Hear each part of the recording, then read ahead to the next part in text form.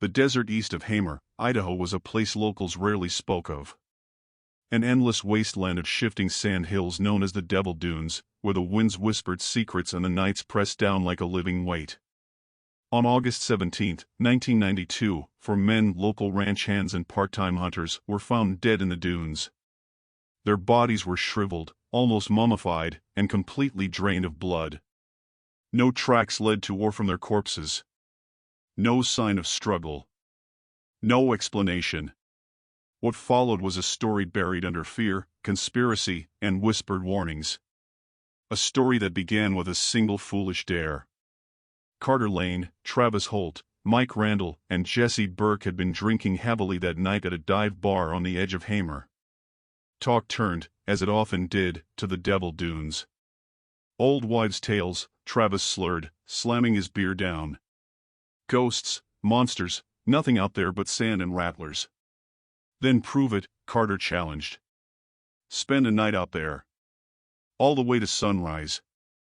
The 4 men laughed, boasting and shoving each other, their bravado thick in the smoky air.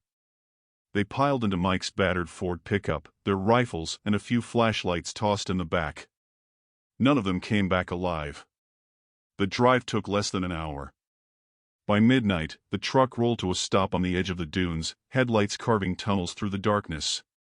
The landscape was surreal. Pale sand stretched endlessly, rippling like the surface of a dead ocean under the full moon. The air was unnaturally still, and a strange metallic taste hung heavy on their tongues.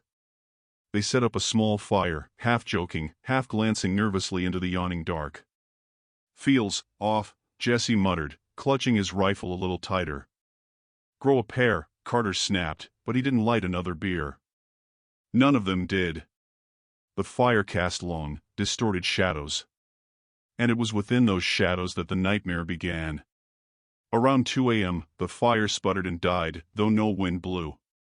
Mike went to rekindle it and never got back up. Something fast, something unseen, struck him down. His body convulsed violently, his mouth opening in a silent scream.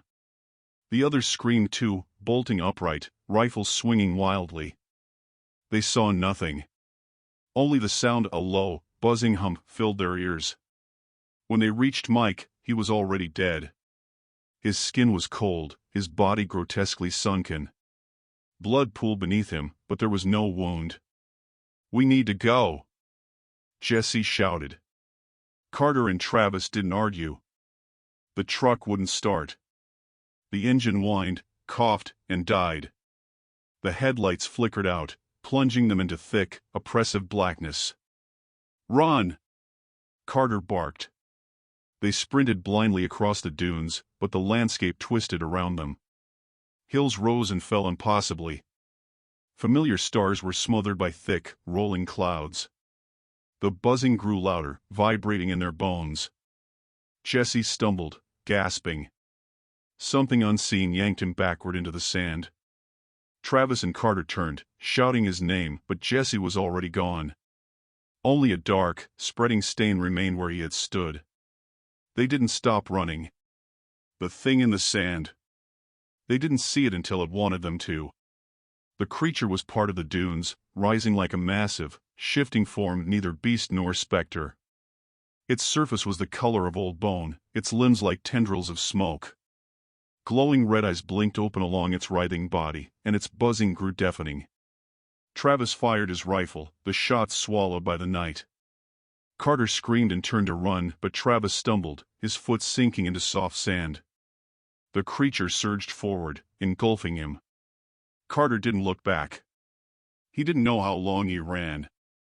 Hours, maybe seconds. Time had fractured. Finally, exhausted and sobbing, he collapsed near an outcropping of rock, the only solid thing in a sea of shifting death. The creature emerged from the sand, slow and inevitable. Its eyes locked on Carter, and he felt his strength drain away, his blood pulled toward it as if by invisible strings. "Please," he whispered. The last thing he heard was the buzzing, then silence. Ranchers found the bodies at dawn. They lay sprawled across the dunes, pale as wax, lips drawn back in silent screams. The sand around them was untouched, pristine, except for a strange, circular pattern like the imprint of a colossal coil encircling each corpse. The sheriff called in the state police. The FBI arrived within days. Scientists, journalists, thrill-seekers all came, all left without answers. The official report cited unknown natural causes. Locals snorted in disbelief. They knew. They'd always known. After that night, Devil Dunes earned a new reputation. Lights were seen dancing across the sands. Strange, low-frequency sounds vibrated the windows of homes near Hamer. Livestock disappeared. Campers were found dead, their bodies pale and bloodless. No one dared to cross the dunes after dark. Not anymore. Some nights, when the wind howls just right, you can hear it, the faint, sickly buzzing. And if you see a ripple in the dunes where none should be, run. Because the thing beneath Devil Dunes is still hungry. And it remembers the taste of blood.